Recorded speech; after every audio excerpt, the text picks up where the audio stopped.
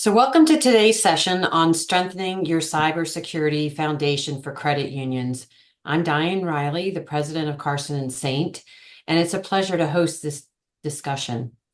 So with 25 years of in the cybersecurity field, Carson and Saint provides comprehensive security services from security program development to incident response. We're the proud developers of the Saint Security Suite, which is a globally recognized vulnerability management solution. Today, Dr. Fred Scholl and Dr. Dan Ford will explore how credit unions can strategize and streamline security in an industry where trust is paramount. Credit unions face unique challenges and limited resources, stringent compliance, and escalating cyber threats. Our aim today is to discuss how you can strengthen your cybersecurity foundation while effectively and efficiently using your resources. So I encourage you to participate actively, ask questions, share your insights.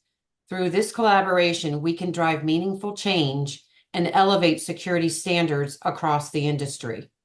So thank you for joining us. So our first speaker is Dr. Fred Scholl. Fred is a cybersecurity thought leader and innovator who is passionate about enabling success for people and businesses. His 33 years of experience ranges from the server room to the boardroom. Fred is currently serving as the Program Director of Cybersecurity and Associate Teaching Professor at Quinnipiac University, where he oversees the cybersecurity academic program. Fred holds a number of security certifications as well as a doctorate in electrical engineering. Thanks very much, Diane, and welcome everybody who's joining in this webinar. The agenda is I'm going to talk about some of the issues around achieving better cybersecurity, in particular in credit unions, using the NIST cybersecurity framework. And then Dr. Ford is going to talk about some actual implementation examples of how he's done that at Jovia, his credit union. So as I said, the outline is I'm going to talk about credit union risks and vulnerabilities, sort of from a 10,000-foot view, then talk about some of the challenges that people are working on managing these risks in credit unions and what are some of the issues that come up. Then I'm going to talk about the cybersecurity framework to help manage that risk. So one of the themes here is going back to basics and building your foundation. And you've probably already heard that before, but this is a reminder that the best return on investment you can get is most likely going to be with some of the basic security practices that are out there. So the threat landscape in credit unions, it's just as broad and complicated as it is in large financial institutions or other institutions. So credit unions are faced with the same kinds of ransomware attacks and outages. They're faced with social engineering attacks like this smishing scam. They're faced with insider threats that can steal data or information. They're faced with third-party risks like MoveIt and others.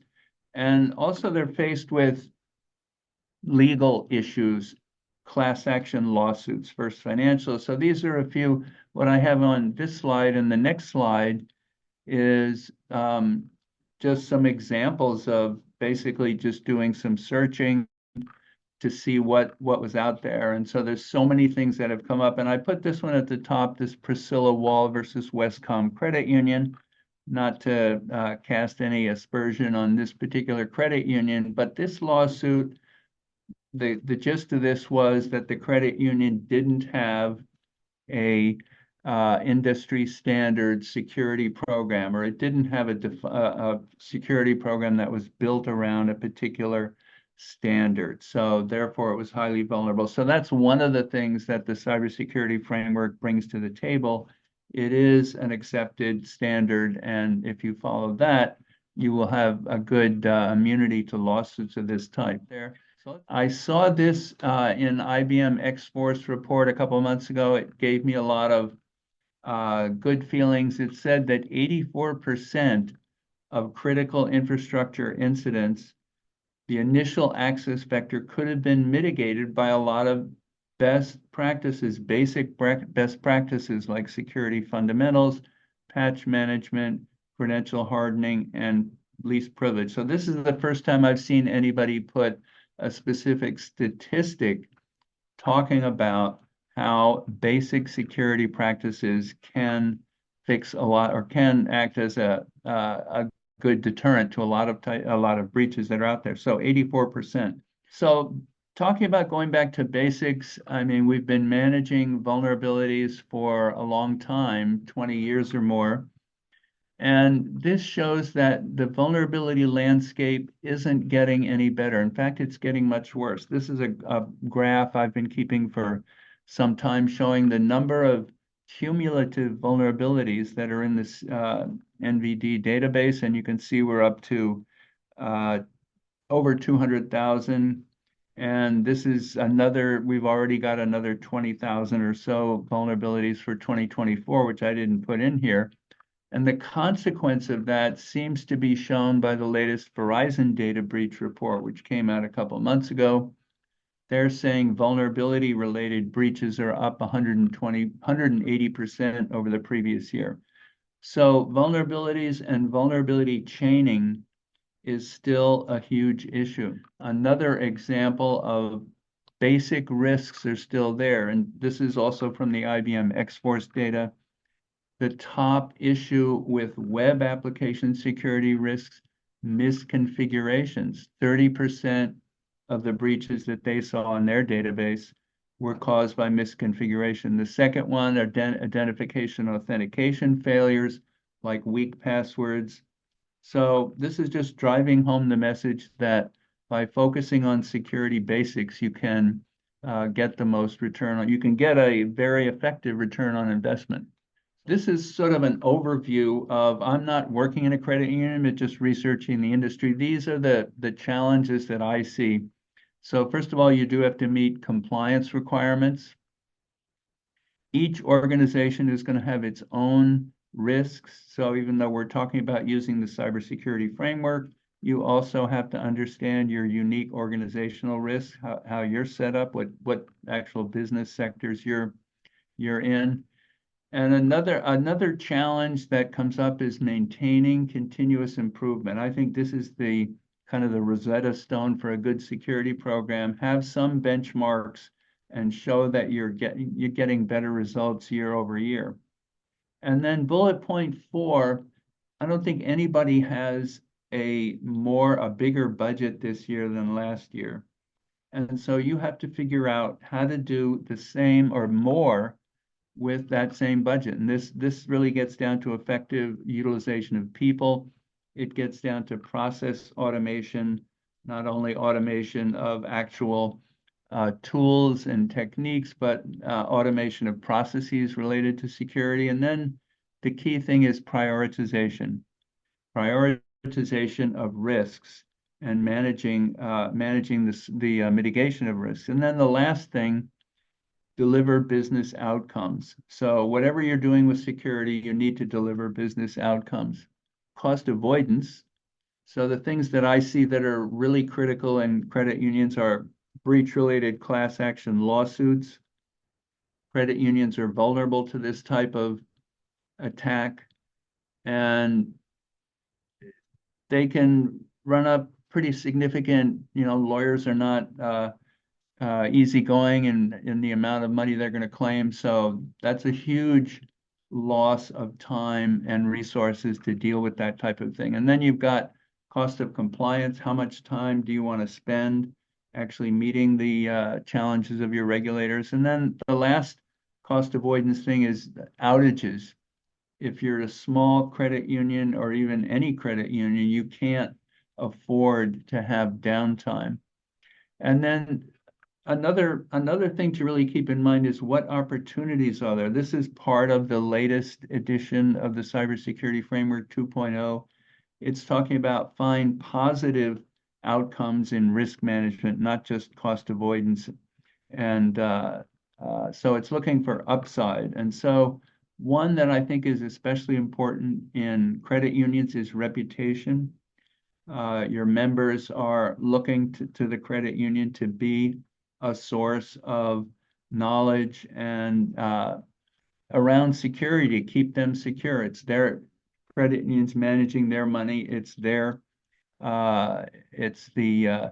members' funds. And so the more that they can learn about cybersecurity, I think that's going to help improve the reputation. And then the other is just operational efficiency. Everybody in banking and credit unions are partnering with other fintech firms.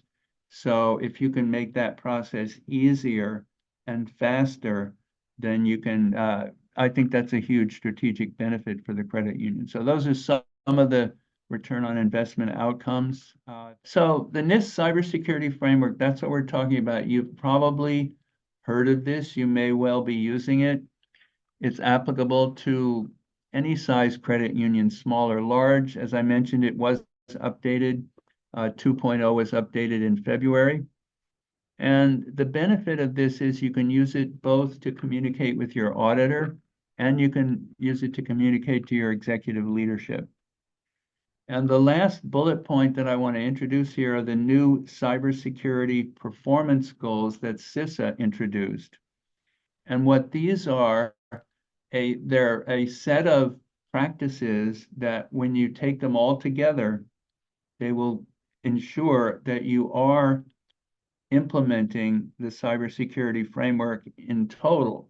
But what CISA did is they divided this up into small bite-sized chunks according to cost. So low cost, medium cost, and higher cost. So by following these cybersecurity performance goals and setting them up as a continuous improvement plan, you can get to full implementation of all parts of the CSF that you might want to. So as I said, the cybersecurity performance goals were introduced in 2022, updated in 23. They're specifically aimed at small and medium businesses. And right now, CISA has introduced the cross-sector version. They are talking about and working on a financial services version. And what they did is they structured the controls, as I said, in terms of low, medium, and high cost. There's 21 low cost activities, 10 medium cost, and 7 high cost. So they lend themselves very naturally to a progressive way of implementing the cybersecurity framework and maintaining it on a continuous improvement approach. So let's just go to the next slide, shows that in a graphic form. So if we look at all 4 of these layers as the complete cybersecurity framework, you can start out with the 21 low-cost activities, the 10 medium cost, 7 high cost, and then others. You do need to do a risk analysis for your organization, so you may have other activities that you want to add on to that. And so what I want to show in the next slide is how you can use Saint. Diane mentioned that Saint was developed some 25 years ago. This is a product that started out as a vulnerability scanning product. And over the years, Carson Saint has added in a lot of additional capabilities.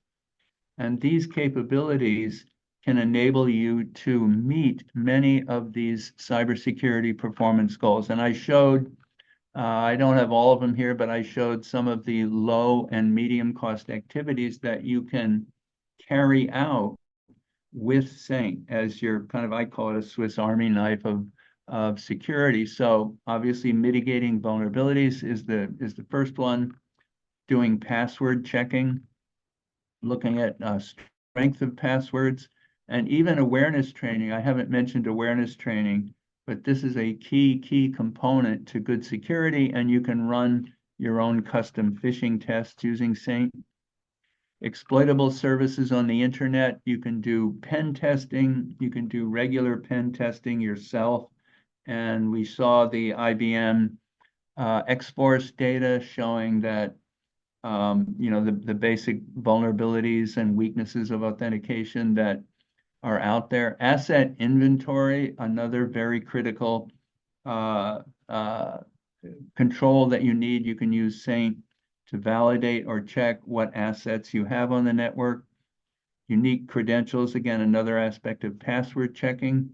strong encryption. This control is looking at versioning for TLS, which Saint can do. It can also search for unencrypted data. Every organization I've seen has unencrypted sensitive data somewhere on the organization. Saint can help you identify that. Configuration checking, a top vulnerability according to X-Force for external web services. You can check that. And then also just network discovery, understanding what is your network. You have to recognize it's constantly changing. So you need a tool like Saint to go out and look at and just define the latest network topology that's out there. These are services that Carson Saint supplies. They're not specifically covered with the vulnerability scanning tool, but these are two very critical activities that are part of the cybersecurity performance goals and that everybody should focus on. The first one is supply chain, and there are different aspects of it. You want to have contracts such that vendors tell you about incidents that they have, because ultimately, if they're using your data, you're going to be responsible. The second thing is if those vendors find vulnerabilities themselves, they need to tell you about it. And then the last one is proactively, you want to have cybersecurity requirements in your contracts so that there's no uncertainty as to who has to do what. And then the last one is incident response plan. That's a document, but the second bullet point is really validating the plan, carrying it out, making sure you can restore from backups and all the things that go into what happens if you have an incident, because basically you will have some type of incident. You want to make sure that its scope is small. So let's kind of summarize in the last slide. So I looked at some of the threats that credit unions have. I looked at some of the issues of managing cybersecurity risk at credit unions. I highlighted the cybersecurity framework. I showed a way using the performance goals to stack to do it in a step-by-step approach. I also showed how the Saint tool can be used to cover a lot of the basics that are part of the cybersecurity framework, but kind of in summary, you want to make sure everybody in your organization is everybody is a stakeholder. You want to empower everybody through education and training to be a defender. That's how you can get more without a bigger budget. And then the most effective way to manage the budget you do have is go back to basics. 84% of those attacks can be mitigated using basic risk management that are part of the performance goals and others. And then you want to have a continuous improvement plan that's aligned with the business goals.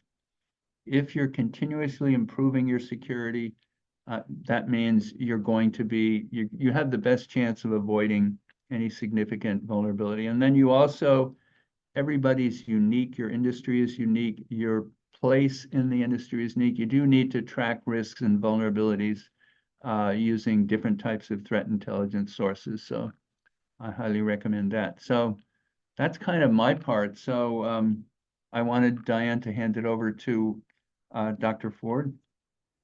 Thanks, Fred. Yes, Dan Ford's our next presenter. He is the Chief Information Security Officer at Jovia Financial Credit Union. Dan has 25 years of experience across multiple industry verticals.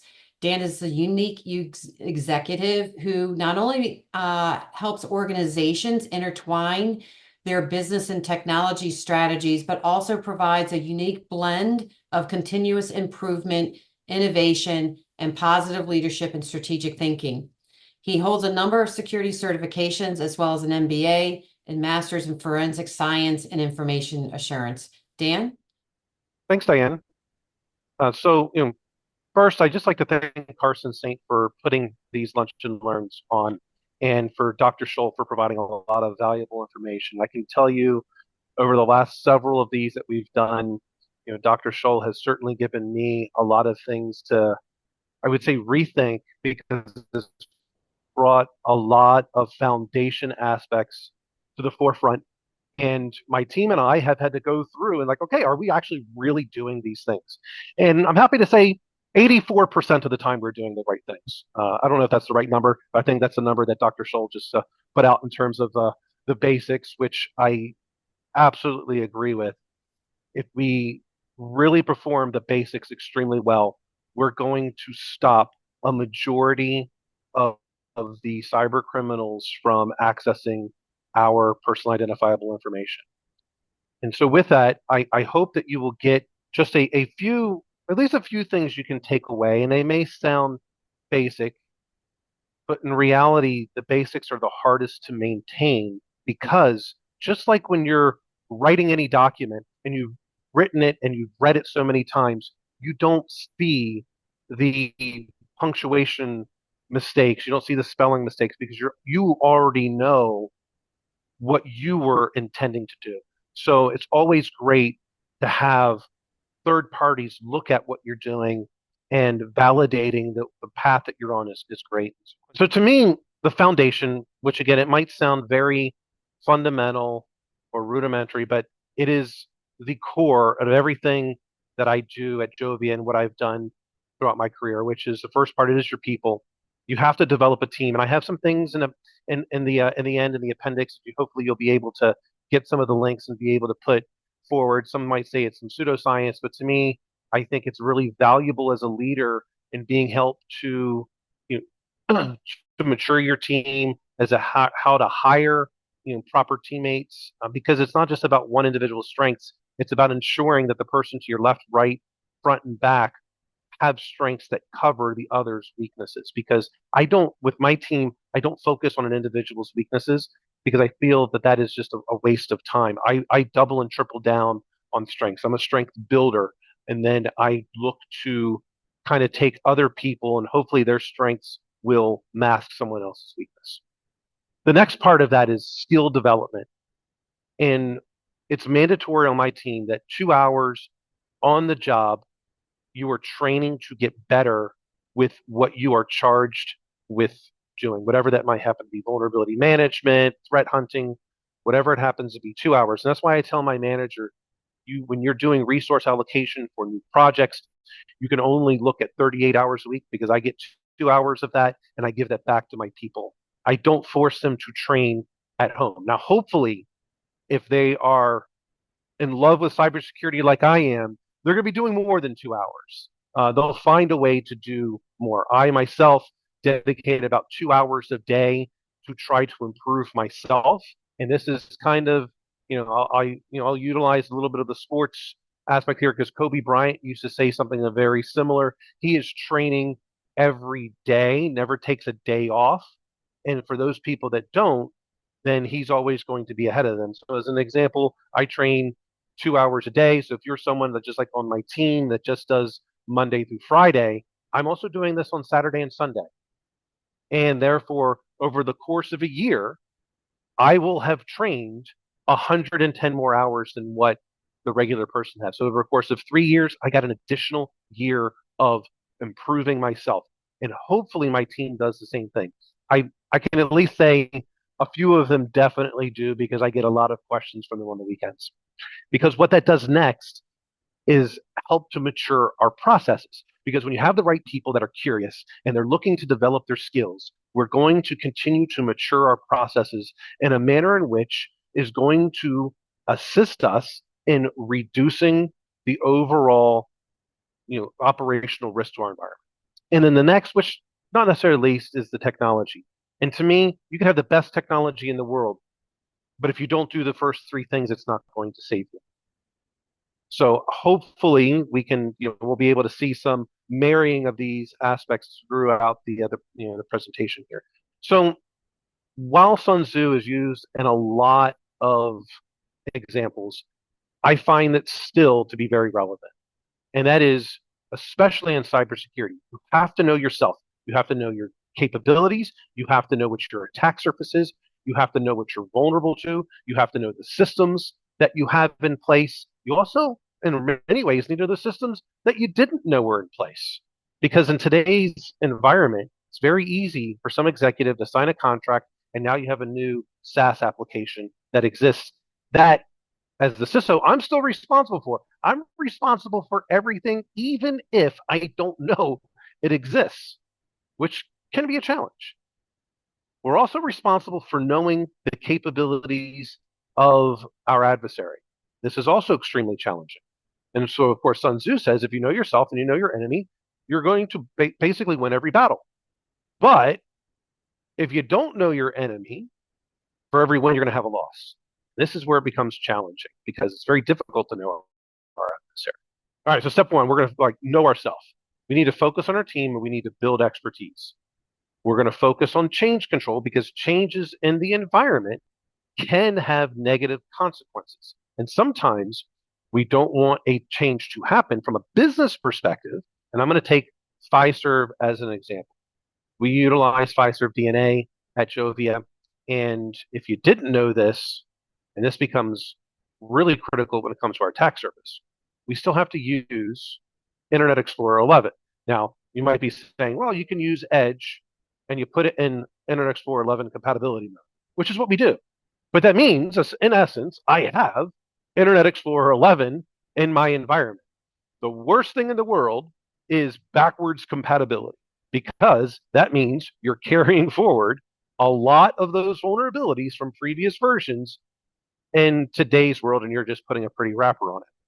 So that makes it a challenge. And that means every time that we want to do a patch, we have to test it. Because if DNA doesn't work, then we can't implement that patch because we won't be able to process transactions for our members. And so this is why a defense in depth strategy really comes into play, because I have a vulnerable system with exploitable technology and I have to still protect it. So we do a lot in order to assure that we have our defense in depth in place. And you are able to utilize some products from Saint. And I should just say I am a little bit biased when it comes to the Saint product because we use it and we love it. So I cannot stress enough as the absolute importance of using the Saint products. The security suite has so many different tools that you can use, as Dr. Scholl was mentioning, that are really help you with your low, medium, and high cost resolutions of things that are coming in within the CPGs. So another thing that just as a side note, never say it's behind the firewall so we're safe. A little newsflash, almost every single attack occurred behind the firewall. Even those that have been in the news even recently, they all have, the DMZ is still behind the firewall. Move It was behind the firewall. And if they had utilized Saint properly, they would have known that they were vulnerable to the Move It vulnerability. So as I said, you can look no farther than Saint for some of these basics. If you want to know yourself, one, the vulnerability management. We at Jovia, we scan all IP addresses in the environment weekly. And we're looking for one, because change control might allow a new system to come online that we didn't yet know about. We like to be proactive on the security team, know that a new system is going to come up so we can already tag it and we can be looking for the configuration management side to make sure it's been configured accordingly. But at times, things pop up and we didn't know about it. Thankfully, through vulnerability management, find it. And so from there, we can also look at the configuration management. Are all of our systems being configured according to what was approved? And we can do this with the Saints configuration management as well. And by all means, if you have questions about how we might do something at Jovia or anything you're looking for advice, please go ahead and chime into the chat. Remember though, advice that is free, you get what you pay for. I can give you my opinion, but it is just an opinion. And like I talked about earlier, when it comes to the adversary and knowing your enemy, look no further than the Kobayashi Maru. So if you're a Star Trek fan, one, that Captain Kirk, or at that point, just James Kirk, he cheated, he hacked the system, insider threat, just throwing that out there. But with that, he didn't believe in the unwinnable game. Clearly, he wasn't in cybersecurity. He was just the captain of a starship, because us in cybersecurity, it is the unwinnable game. We cannot prevent a cyber attack from occurring. We are not even able to prevent it from being successful. That's why it's unwinnable. But what we can do is we can quickly identify, isolate, contain, and then get back to a new norm. So that is the goal. And that's to me how I've, in a way, redefined the Kobayashi Maru. And that winning is getting to that point faster than what our adversary can exfiltrate data. Now, this is where it also gets quite interesting. We know there's new vulnerabilities daily. I mean, look no further than Microsoft Patch Tuesday. They didn't find all of those vulnerabilities and just release them on Patch Tuesday. They knew about them for months, sometimes many months before they put them out. The next is CrowdStrike. So we use CrowdStrike as part of our endpoint. Love CrowdStrike. Well, there's 230 adversaries being tracked today by CrowdStrike, and there may even be more. But this was as I put this presentation together, which means there's 34 new groups since 2023. So our adversarial group, which means our enemy from the Sun Tzu perspective, it's increasing all the time. So this makes it extremely difficult for us to know our enemy because the enemy is changing. So we really, really have to know ourselves, our team, our skills, our process and procedures, the technology in which we're using to protect those things, and then ensuring that all those countermeasures are effective when it comes to thwarting the adversary's capabilities. Now, just a little shout out. I really like the CrowdStrike podcast. There's a link to it there. So if you want to hear about some more adversaries, please feel free to take a listen there. So how do you test? Well, we got to act like our adversary. It's not the same as being the adversary because we already have some inside knowledge. So that should mean we should be better at exploiting our own systems that have vulnerabilities than what the attackers are, right? Well, maybe. We still have our day jobs to do. We do have some inside information, but we're also relying on what time we have in order to do it and when we're going to do it. But regardless of any of that, Stink provides the tools to help us test our countermeasures. Was CrowdStrike effective? Did they have the right, IOCs in place? So that way, as we are attempting to exploit a vulnerability, we can get there and we can see if it's effective. And if it wasn't effective, we know we have some work to do. But if we stopped the attack, then we can at least say at that point in time, we were successful and we can lower the threat, the risk level of that particular vulnerability. But we have to continuously be testing this because at any moment in time, a change could happen in the environment which allows that attack to now be successful. All right, so the next part is how are we going to know? So we have the aspect of penetration testing. So if we were going to put together a full scenario, call it a BCP, business continuity planning event, we would assume that exploit was successful, and then we're going to go through the whole process. This is known as a tabletop. Or in our case, we're going to look at how quickly can we do a BCP for incident response on a vulnerability that has been successfully exploited, and then what are we going to do about it? So this is where we're really going to start marrying our people, the skills that they have, the policies and procedures they've put together, the technology that we have in place, and then we're going to go through the full event as if the event was live. And so at that point, you need to bring in other people within the business. You're going to need to bring in marketing. Marketing is going to be key because that's the messaging to the world. At what point in time? You're going to need to bring in your compliance team because depending on what jurisdictions you're in, you have a certain period of time in which you're going to have to report this. The NCUA tells us we have to report it within 72 hours. Well, when does that 72-hour marker, start? When does that time? When's the clock start? Clock starts as soon as you know that you have been compromised. And so in the event that you're not familiar with incident response, you don't have someone on retainer. If you didn't know this, the Carson St. team does have an incident response offering, and I would highly recommend that you contact them to start this process. We utilize quite a bit of BCP events. We have not only do we do our regular tabletops with executives, every team inside of Jovia, the business units, we do a BCP on at least two critical processes per year with each of them. So we're doing something all the time. We have, I don't know how many different business units within Jovia, but my team, along with compliance, own BCP, and they're in a tabletop. It feels like all the time because we're doing something with all the different units, which is extremely important. Which is I'm also really quite proud of the team that we have put together in this because when I started Jovia 5 years ago, BCP and cybersecurity were not looked at very favorably by the regulators and the examiners, and now it is our strength. So this is something that we love. We test. I mean, at least I love it, and we make sure it gets tested. I'm not sure that my peers can say the same. So as you're looking at all of your different processes and what you're going to be testing from a BCP perspective, or you're looking at tabletops, you're looking at your vulnerabilities.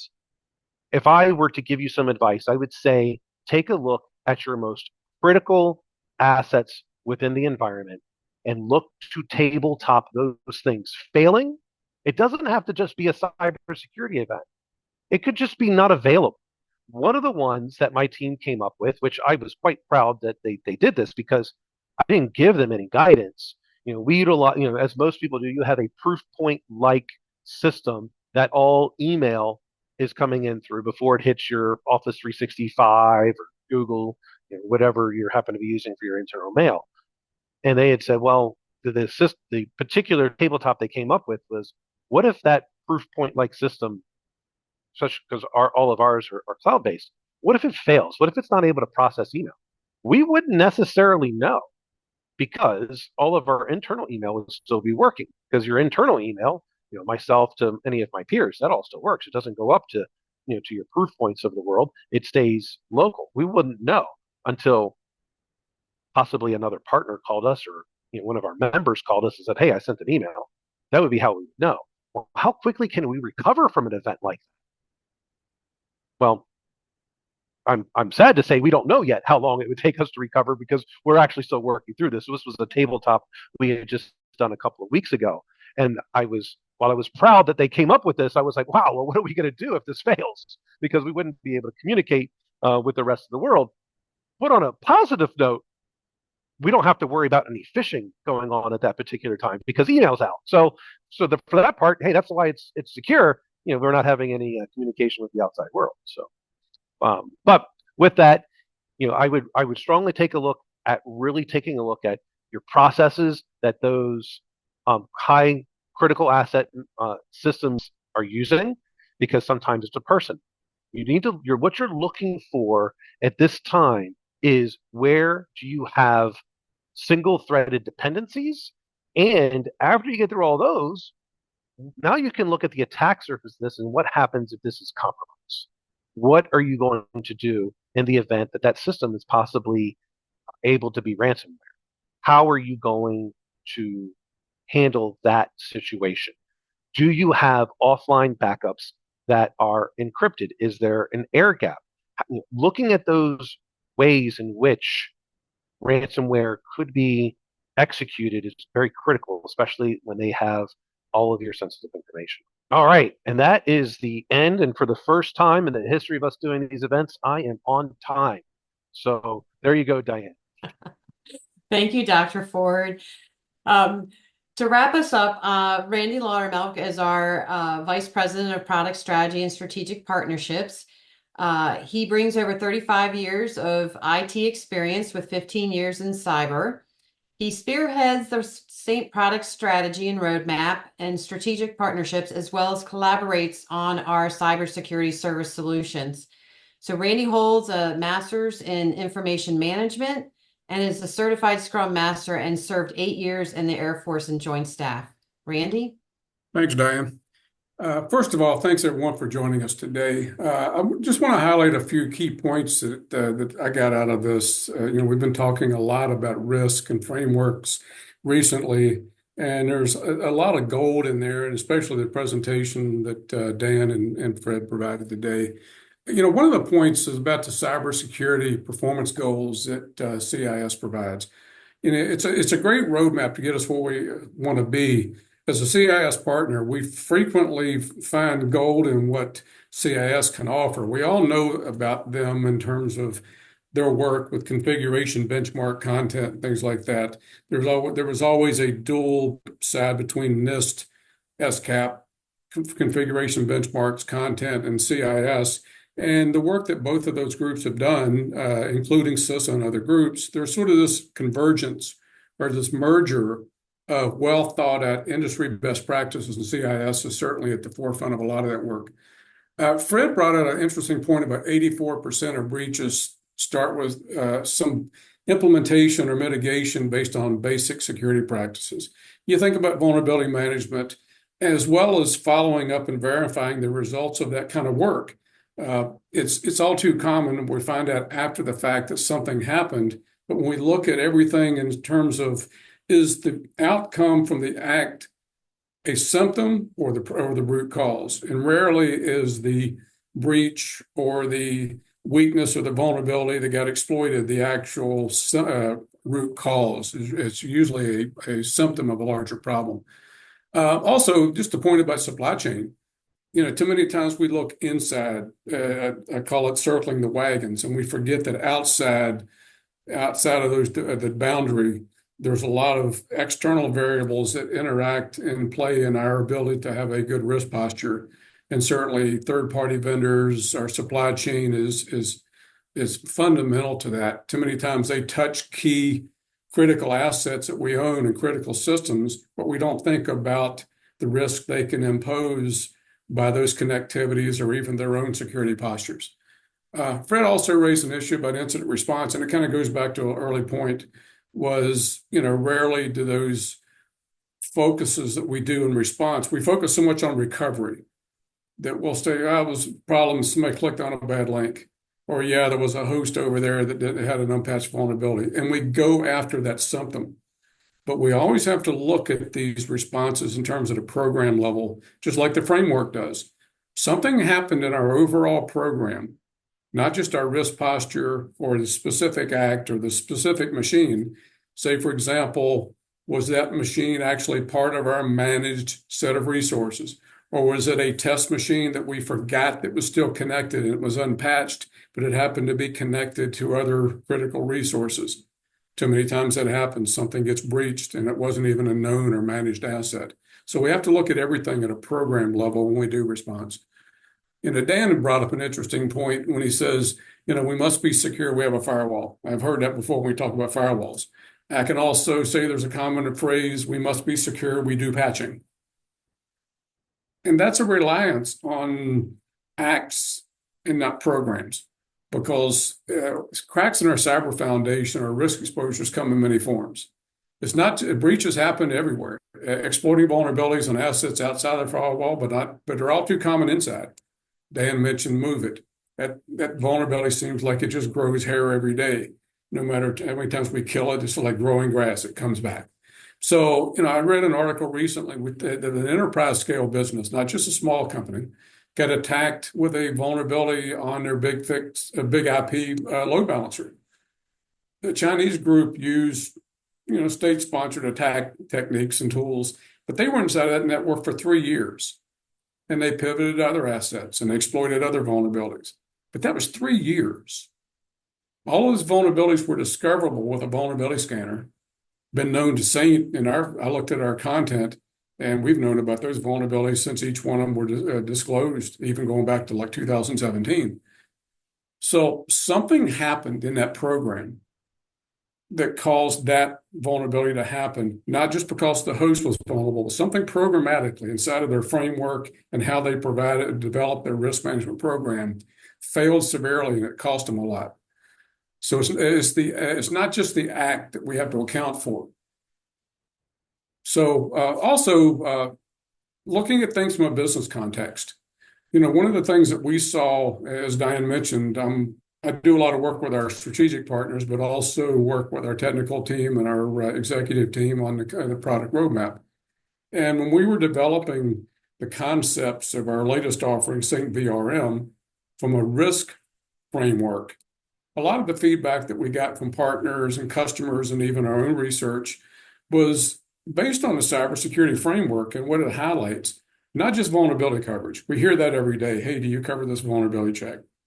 But a lot of the feedback we got were these actually things that were program specific.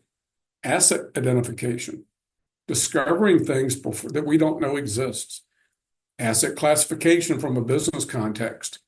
It's not just the IP address, and it's not just on this network node. What does it support?